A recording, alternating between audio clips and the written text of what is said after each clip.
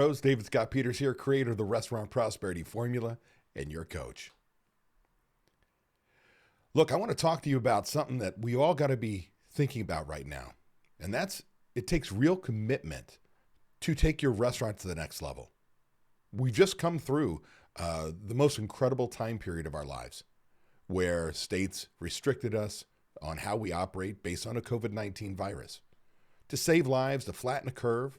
But we all know it has hurt us in a big way. I often talked about as the pandemic hit that it was our industry that was up in flames, right? It's kind of like the show where you're walking out and you're a dragon slayer, and behind you, right, the whole valley is up in smoke, just fire everywhere, and that's what it felt like. And I'm going to tell you that there is an opportunity right now, an opportunity for you to make real change in your business. That you can't go back to the old way you did things, because we know for a fact that whether you got the PPP money or not, whether you got the disaster money or not, if you are still operating, you have figured out how to pivot your business. And we've got to keep some of those things in line, because some of us are only going to be able to open up with 50% of our seating. And you know what? You don't have enough revenue to pay for your lease, and everything goes in with 50% of your seating. Maybe we get the break-even point for many of us, but the fact of the matter is we need to keep the curbside. We need to keep the delivery. We need to keep the grocerant, the things that we put in place. And so what I want to talk to you about right now is your opportunity to make change in your business, but you've got to be committed to that change to achieve what I call restaurant prosperity. Now, shameless plug, I wrote a book called Restaurant Prosperity: What Successful Restaurateurs Do. It was really kind of following 22 of the most successful restaurateurs I've ever worked with and putting together the formula with systems. I'm not going to go into that right now. What I do want to go into is right at the beginning, right before chapter 1. I guess you'd call it a forward, but it's not quite the forward. There's a chapter that I wrote that literally goes through what I want from you. And so I'm going right into the book here, and I'll show you that. Basically, page 6, we start right off and I say, I want you to be my next greatest achievement. So what happens in this chapter is I go through my history, my work history. And I talk about growing up in my family's restaurant and catering business, working for the toughest manager I know, my mother, which sucks, and moving my career onto an independent brew pub and cafe in Phoenix, Arizona, when brew pubs were opening one a week during the 90s. And it was magic. And moving my way from a bartender to a manager to the operations manager of 2 locations, and learning how to put systems in place, change people's lives, meaning our lives. Learned the importance of cash flow. Took that, later went and worked at a franchisor as a director of operations called Famous Sam's, and we were opening 8 stores. We had 34 in operation at the time. Brought in my own operations team, redid the training. It was going gangbusters, but these guys almost bankrupted the company. So I left and went and taught at Scottsdale Culinary Institute, management, human resources, wines, and spirits. And while I was doing that, I was consulting, and the minority shareholders became the majority shareholders of Famous Sam's, kept asking me to come back. And I came back into a disaster. But I had an opportunity to be a chief operating officer, to turn a failing concept around and sell it in 5 years. And I missed it by 3. I missed that goal by 3 months. I know what it is to be an independent operator. I know what makes a chain successful, and it's been my calling to give you the same systems and tools that chains use without losing your independence. Love our guests, love our employees, but do what they do well, and that's make money. So in 2003, I started a restaurant training and coaching company where literally I had the opportunity to transform people's lives, to give them the same systems and tools that chains use without losing your independence. Going from being a mom and pop operator to an independent operator with systems in place, allowing you to impose your will without being there, to make the money you deserve, to have managers on the team, to do things your way. And then I built that company. As it went on, we built software that handled every aspect of your business. And in June 2019, my business partner and a group of users of the software, members of mine, bought me out. And for the last year, I have been building a new coaching program, a new group coaching program. How can I still do what I love, help independents change their lives, make the money they deserve, and help as many people as possible, and no longer be married to software? Because with software, you've got to make a different kind of commitment. especially with ours. It was an all-in-one. So you couldn't get to this piece without doing all these other things. And so now I'm back to making sure that we can go on the journey any way you want. Don't care if you're a $350,000 pizza place or you're a $10 million fine dining restaurant, you're one location or you're 20. The same principles apply to every one of us. And in order to make that change, especially understanding that we're coming out of this COVID-19 thing, when I say coming out of, there is no post-COVID-19. Until there's a vaccine, our operations will be changed forever. At least until there's a vaccine, right? We won't lose curbside and delivery. We won't lose the grocerant and things like that. We need those revenues. We have new sanitation requirements. We're going to be giving menus that are disposable. We're going to be looking at so many different ways that we've got to alter our business, which means our costs are going up. Imagine getting PPE for all of your staff. Well, that's a cost we didn't think of. Imagine the extra labor it takes to break down a table when a customer leaves and literally sanitize everything, the salt and pepper shakers and the sugar caddies and the everything somebody touches. Imagine going through this process and saying, oh, I might need some extra labor just to clean the door handles, to keep my guests safe, my employees safe, and still be able to operate. And if you don't think that your food costs are going to go up, right? These broadline distributors have been taking a bath. Think of all the restaurants that have gone out of business, those that have deferred and said, I can't pay you. And all the product they've committed to get you the contracted price that's coming in their door that they can't send away and turn around. They're losing millions upon millions of dollars every single month.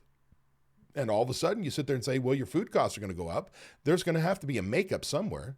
If you don't think $15 minimum wage is going to hit every state now, right? Not just the coast to coast, but every municipality is going to be looking, how do I get people off the dole, off unemployment? How do I get them a living wage? How do we generate tax revenue without raising taxes? That's through higher paychecks. And all of a sudden, every other service we've had to add, just think about it. For years, I was in that camp where we fought the delivery apps. But you know what? Here I am, ordering from home because why? With this COVID-19 thing. Well, you don't think that now it used to just be millennials, you need it for millennials. Now we've trained the whole country to sit at home and then you need to be on an app. So now all of a sudden, depending on if the government actually steps in and I hope regulates a 30% commission, which is brutal, but today you got to have it because I need customers. And so as that changes, we say, where are our margins? They're shrinking even faster. And so we've got to change. If you think you can go back to your old way of doing things, you're wrong. You're mistaken. You must implement systems. You must change your culture. You must do things better than you ever have. So I'm the systems guy. Put a system, a process away for anything and everything you do in your business, allowing you to impose your will without being there, the same way that chains do. But often that's a difficult process. You've got to be committed to that change. And that's what I want to talk to you about right now is making the commitment. And I thought there was no better way than literally jumping into my book, starting on page 6, and I want to show you. I'm going to share it with you. So I want you to be my next success story. Now, what I'm going to do is I'm going to come right down here and say, okay, what are the challenges that I hear all the time? And you don't think these are going to get worse? My food cost is out of control. My labor cost is killing me, right? People are at the time clock robbing me blind. My people are idiots. You selected them, you hired them, you train them, you manage them on a daily basis. It means we don't have systems, we don't have supervision, I don't believe people are idiots. I think we create idiots.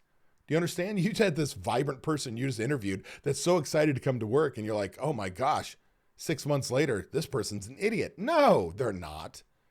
You are, because you didn't commit to change. You didn't put the things in place necessary to run a thriving business, a prosperous business. Last but not least, my managers won't do anything. What the hell does that mean? Right? Who signs the paycheck? Now that sounds horrible. It sounds horrible. No, look, we're going to teach them what their job is, how to do it, how well it should be done, more importantly, by when. We're going to coddle, train, coach, but we are going to hold them accountable. We have to be willing to say, if you're not going to be a part of change, you are not going to be here. Now that's hard Because the truth of the matter is the systems part are easy. I can teach you things like key item reports and waste sheets, 2 clipboard systems we can put up in the kitchen like that. And you can get results right away. But that's not the challenge. It's getting people to use it every single day. So it takes commitment to change. It takes commitment to make that change.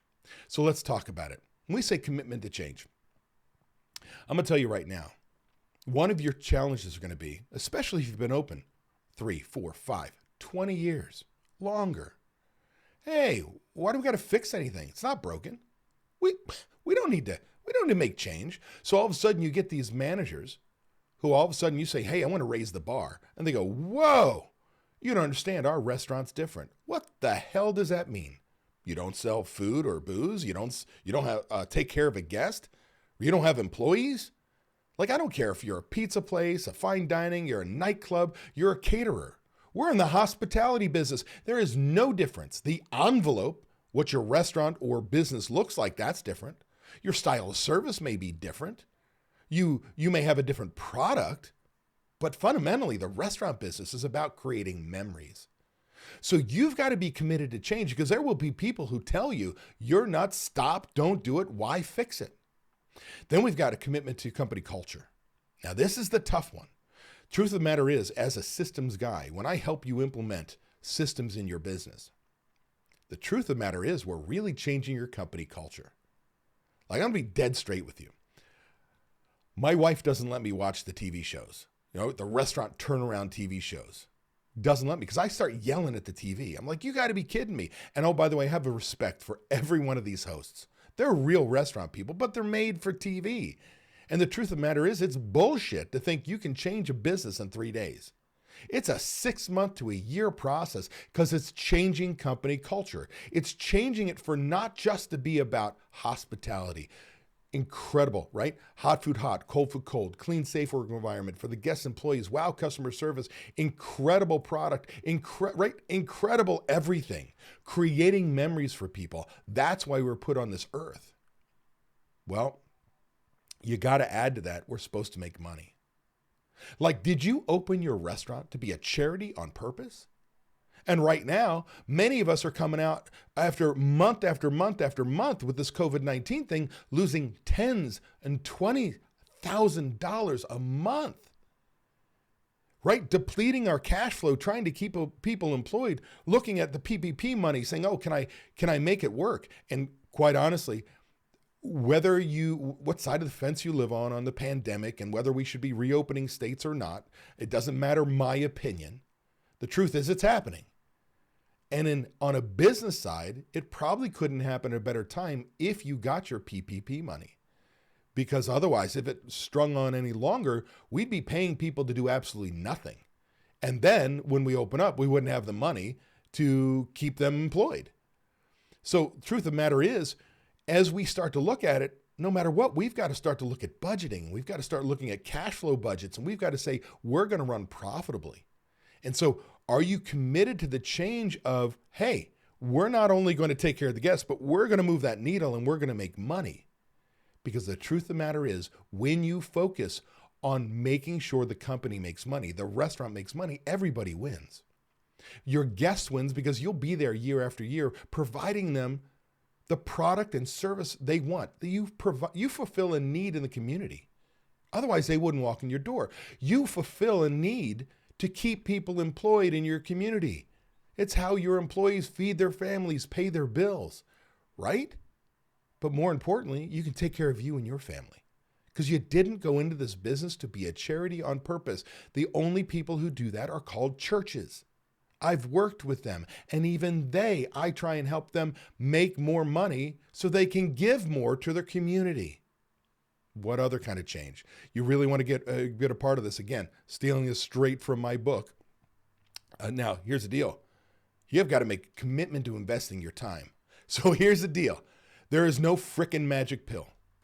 Don't ever talk to a software company, a coach, a consultant, and anyone tell you, oh yeah, you just got to do these things and it's easy. Bullshit, it's easy. It's real work. Now, here's the deal though. Like if I sat there and said, hey, if I gave you all the tools necessary to make the money you deserved, to take your prime cost from 65%, the national average, to 55. Right? That's what I preach. You do $850,000 a year or more in gross sales. We're moving the needle from 65% to 55 without giving up guest satisfaction, without cutting product quality, without going against your core values, never dumbing down your restaurant. And I say, okay, if I were to give you those tools, and I said there was some hard work involved, and you were $1 million a year business, that means moving the needle 10 points is $100,000 in bottom line profitability on the same sales you're doing right now. And I do this in speeches all the time. How many of you, so ask yourself internally, how many of you would actually put those systems in place, would do the hard work, would invest the time, the energy in making sure you train people on the system, implement that system, coach them on the system, hold them accountable to that system, like you've got to become a systems person. How many of you would do the work? If I could hand you a duffel bag of $100,000 right away because you said you'd do it. Well, raise your hand and mentally, would you do it? Well, if you raise your hand, 99 out of 100 people, I say you lie. My experience has shown that we let the people, our employees, tell us that we're different, that no, that's too hard. Or we let the crises, the snakes, killing snakes, anything that's ready to bite you, that's at crises right at the moment we cut the head off that snake. We don't look forward. We don't proactively manage our business. We don't look at budgets and recipe costing cards and scheduling on budget and ordering on budget. We just kind of keep up on that hamster wheel, just going around a circle over and over again. We love the idea of change, but we get caught up in the day-to-day. So I'm going to tell you right now, you want to make change. You want to have prosperity in your business. And when I say prosperity, in my book, The Restaurant Prosperity Formula, right? Restaurant Prosperity Formula, what successful restaurateurs do. Prosperity is freedom from your business and financial freedom. Think about those things. They are not only achievable, they're realistic, but there's hard work and you've got to invest time to achieve it. How about a commitment to your mindset? And this is one of the things that the elite group of restaurant owners that I worked with for so many years that helped me create this book, meaning what the restaurant prosperity formula really is. And they had two personality traits, 22 of the most successful restaurateurs I've ever worked with, that helped me put the glue together and how to, because I started this book. I'm going to tell you right now, I started this book on and off for, 14 years. And finally, I had the glue. I knew the systems part, but the glue was the formula. Without going into the formula, I can tell you that the most successful restaurateurs I've worked with have two personality traits. One, they have a passion for hospitality, and the second is they're persistent. They are determined to be successful at all costs. I often talk about restaurateurs who are just eternally optimistic, right? Even those of us right now going through the COVID thing are like, I can make it. I can make this work, right? Some of us are too dumb to quit. I'm included because as an entrepreneur, as an internal optimist, we think we can make things work. And that's an incredible thing, to be determined to be successful. Because normally there's challenges in our business, right? Rising food costs, rising labor costs, EPLI insurance needed for harassment prevention and things like that, right? You just keep adding. And we go, man, it's getting harder and harder to run our restaurants. Well, the truth of the matter is what? Man, you find a way. Restaurateurs are resilient. Not only do you have a passion for the business, but you are determined to be successful, right? Now, last but not least, you've got to make a financial commitment. And what do I mean by a financial commitment? Look, this doesn't pop up and it isn't free. Without putting the time in, there's still a financial commitment. And that's this. You got to start adding managers. If I tell you how many people I talk to on a weekly basis that opt to go on my site and opt in for a free coaching call with me, that are undermanaged, that they're a single restaurant owner or a single restaurant owner and a single manager trying to run 14 shifts a week, just lunch, dinner. Forget about Friday, Saturday nights that I'm so busy that I need 2 more managers on, meaning shifts covered. And they're trying to do it all themselves. And they want to go down the journey. And they say, hey, David, I got your book, but I don't know how I'm going to get all that done. Well, the truth is you can't. You're not a superhero. I couldn't walk in, as good as I think I am, right? I call myself the restaurant expert. As good as I think I am, I couldn't walk into any of your businesses, whether you're a $350,000 sandwich shop or you're an $8 million steakhouse. I couldn't do all the systems I train and teach by myself. I'm not that good. Either are you. So you've got to make a commitment to bring on managers. Now, look, I'm not talking about going the old-fashioned way where we take a magic fairy wand and we anoint somebody a manager and now they stop working, right? Where we take our best employee and make them our worst because they should have never been a manager. I got a whole process that I talk about on how you find good managers on your team in the book. I don't have time to go through it right now. But the fact of the matter is, you've got good people on your team. They just need coaching. They need training. They need systems. They need you to lead them. And so if you make that commitment, meaning we're going to get it based on your budget, how fast we can add managers to your team, but you got to add managers. You got to have help. If you're willing to say, hey, I need to invest in certain software solutions.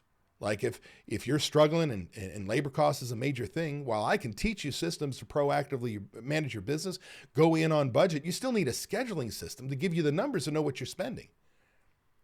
And so there's a piece of software. You need, recipe costing cards. When I teach you how to menu engineer, find your ideal food cost, actual versus ideal product usage. You need software for that. Yeah, we can do spreadsheets on much of everything else in the business. But those two major pieces, we need it. Now, whether you get an all-in-one solution or you just get a solution and another solution as you're needed, I'm going to tell you the truth of the matter is, I'm not married to any software anymore. And I built my dream software. But the truth of the matter is, the software you'll use is the one you need, right? We start with spreadsheets and move our way. We don't have to do it overnight, but you're going to have to invest. Like you're going to have to invest, you just did in the pandemic. Online ordering, if you didn't have that, all of a sudden you've got this, $1,000 a month expense. You're going to have to invest in software for, right, texting your guests now. Because you're not going to be able, you're going to be at 50% capacity. And so they're going to have to wait outside. Have you thought of that? Right? We're going to have to make these investments. Beautiful part is, as we start to systemize our business, we're going to be able to absorb those costs because we're going to be reducing our food costs. We're going to be reducing our labor cost. We're going to be able to still remain profitable because that's what we do. We're resilient. We pivot. We change. So there will be a financial commitment if you truly want to make change in your business. Now, if you've got these 5 commitments all taken care of, then I'm going to give you 10 things that you've got to break up. Now, in my coaching program, I break it into 23 stages of profitability. But in the book, I say I break it up and I got to make it simple. I couldn't make it, right? It's this thick. If I really gave you everything I wanted, it'd be a textbook and it'd be boring as hell and you'd give up. So I need to motivate you. I need to show you what's possible, give you real world examples and so on. So let me break it down to you in 10 ways, the way I look at it in the book. 1, you got to have core values. Who you are as a person almost never change. If you document your core values and your managers make decisions based off your core values, not their own, they'll never be in trouble. There may be a coaching opportunity, but things will get done your way. You need an organizational chart. Yeah, not just the big guys. We need bright lines. Have you ever said who's responsible for what? Have you ever had a partner, a spouse? Hey, if you'd get out of the office, I could get in there and get some work done. Where the other one's in the office going, if you get off the floor, I could get out there and get some things done because we think we're doing each other's job. We need clarity. And your team needs to know who the leaders are. You have a responsibility to run profitably. I ran through that, right? To your guests, your employees, and your family. And when you change your mindset culturally that you're going to make money, that's when you get real change. Hey, you've got to start thinking about imposing your will without being there. How do the chain restaurants have no owners in them? Unless they're a small franchise where somebody bought a job. The truth of the matter is, when you look at the Taco Bells of the world, the Yum brands with 14,000 restaurants, there's no owners, yet they're running extremely successfully with managers. They impose their will without being there. There's a system, a process, a way to doing anything and everything in their businesses. By the way, in your business, it'll be your way, right or wrong. How about cash controls, checklists? I'm tell you right now, we start with Restaurant 101, right? Taking care of the guests, creating hospitality. After that, it's checklists and cash controls, creating a culture where the details matter. Because if you can't get your managers to take inventory, to follow a checklist, opening and closing checklist, what makes you think they'll take inventory accurately? If you can't get them to make sure that every gasket is clean in the kitchen, what makes you think they're going to care about a dish that goes in the past that doesn't have fingerprints and has the right portions on it and so on?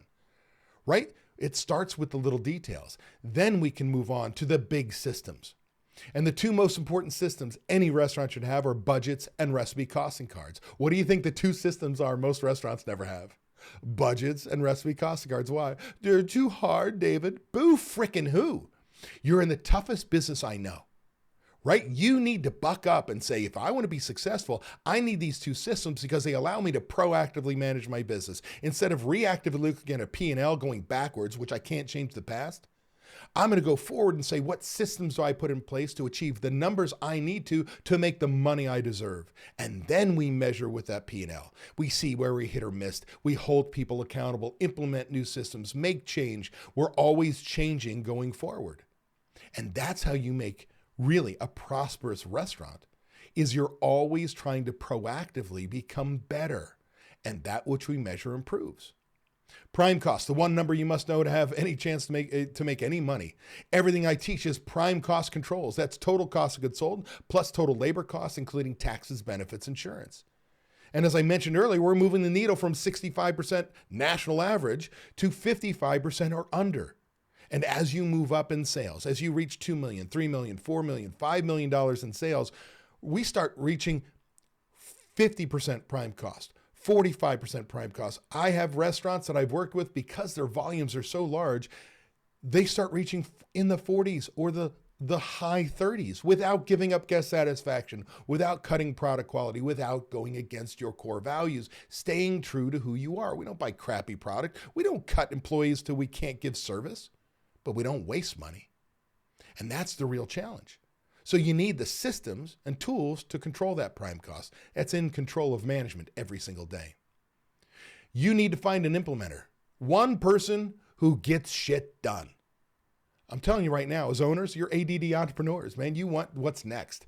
You are not built to do the same thing over and over and over again.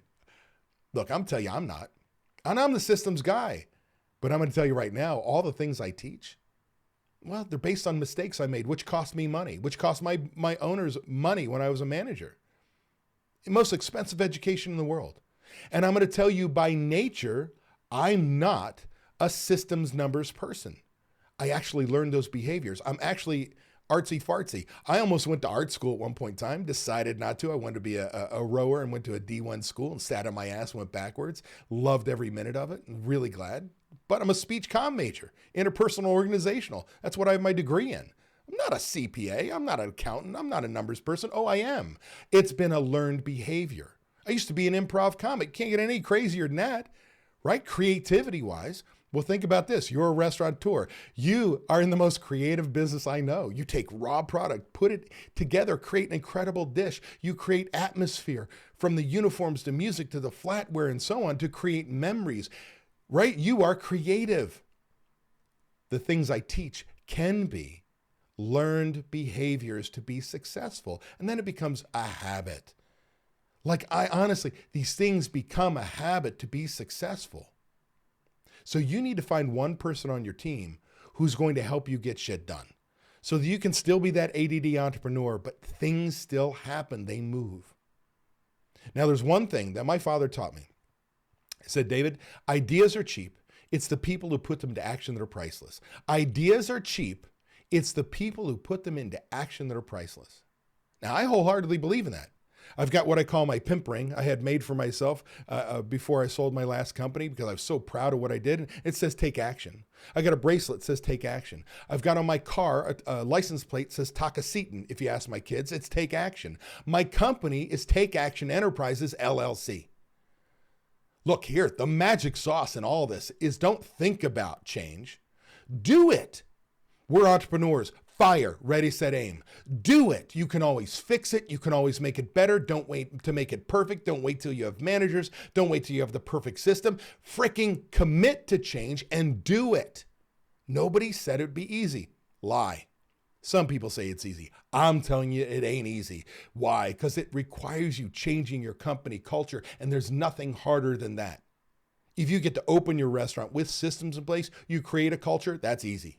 Much easier than 20 years in business and getting people to do something a different way. And last but not least, make sure you have good help. This is back to that commitment where I said you need managers. You've got to be committed to adding management to your team. Not the old way where we talk somebody into becoming a manager, paying them and praying they help us, and they never do it. So we revert back to, if you want something done right, do it yourself.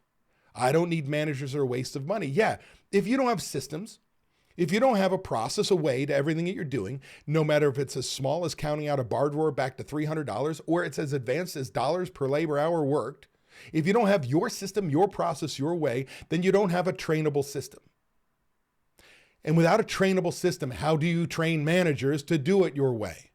Does that make sense? Does it start to come in? We got to get this stuff out of your head and document it. Oh, by the way, I don't have time, David. Start giving me the excuses. This is too hard. Hey, when you sit down and teach somebody how to do something, tell them to document it and give it to you, and you can edit it. Like every time you teach something, I don't care if it's how to call the HVAC tech. Write it down. Create your standard operating procedures, one lesson at a time. And oh, by the way, somebody else is doing the work. You're just spouting it out of your head. And it's much easier to edit than it is to create.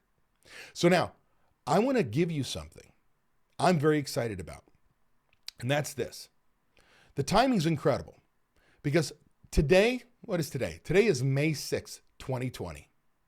Starting tomorrow, May 7th, 2020, Thursday, over the next week, I'm going to be releasing a free 4-lesson series, video lesson series, to help you control your food and labor costs, to find managers on your team, but more importantly, hold them accountable to those systems, to give you the freedom from your business and how to have the prosperity you and your family deserve. Now, I'm going to tell you, I filmed, is that a word? I recorded this video series before the COVID-19 virus hit, and I pulled it back because at that point in time, I went into help mode. I was helping restaurant associations, other groups. I was giving free coaching. I was doing everything I could to help you survive. Well, you've survived. Doesn't mean you made money. Doesn't mean you aren't hurting. Doesn't mean you're still on the edge. And there's a small group in our industry that's actually thriving. You had a drive-through window. Well, you're crushing it. You're already doing delivery and everybody knows it. You're already crushing it. But the vast majority of us are going through this big pivot, this change, figuring out how to make things work. Well, you made it work. I didn't say you did it well. Some of you crushed it. Some of you are still struggling, but you figured it out. And so now is the time as states start to open, right? They're just now opening. Texas is open. Florida's opening. Now we're seeing, I'm in Arizona. We're going to open up in literally, 5 days, something like that. 5 days. Start to go in restaurants, but at 50% capacity. Well, now's the time to commit to change. Now is the perfect time for me to release this video series free to you to help you control your food and labor costs, put a management team in place, hold them accountable, have freedom from your business, make the money you deserve. And it starts tomorrow, May 7th.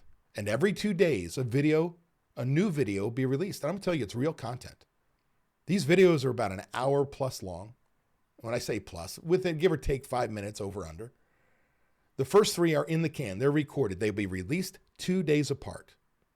Then on the 14th, May 14th, 2020, I'm going to do a live webinar, which will be the 4th lesson, where I will tie all this together and I will go in depth to the restaurant prosperity formula, what it takes to be successful, what it takes to have financial freedom and personal freedom, life from your business. I will run through that formula. I will show you all the systems, the 23 stages of all the systems you have to have in place to be successful. And I'm also going to tell you how you put it in place, how you can even get help from me. So if you want to make change, what you're looking at is the opt-in page. So depending on how you're watching this video, down below, there should be a link for you to click on and you can opt in right now. But I'm going to show you right here. I'm going to go back here. If for some reason it's not working for you, or I put it on some social media page and there is no link, here's the link. Now you can't click on it, right? It's a video, but you can put this in a URL. So it's https://www.davidscottpeters.com/ RPC for Restaurant Prosperity Coaching dash launch dash opt dash in. So davidscottpeters.com, RPC, launch opt in. So if you take the time to do that, you're going to, again, show up on this page that I'm showing you here. All you got to do is give me your first name and your email address. And as soon as that first video releases tomorrow, you're going to have access to it. And I'm going to tell you, you're going to want this series. Because even if you're operating right now with systems and you think you've got your shit together, you've got to do better. If you've been talking about systemizing your business and putting managers in place and just talking about it and struggling with it, you need to do that right now. But oh, by the way, as you go through and watch these videos, I will get you amped up. I will get you motivated. I will get you revved. I will give you everything you need to be successful. But there's one piece that has to happen.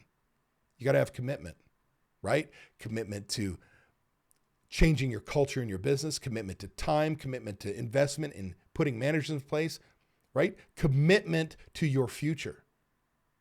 So if you're committed, you're ready for change, I want you to join me. Again, you can find this page at davidscottpeters.com/RPC-launch-opt-in. And I can't wait to see you on the other side, because I'm going to tell you right now, this is your opportunity to change your life. Cheers, everybody. See you on the other side.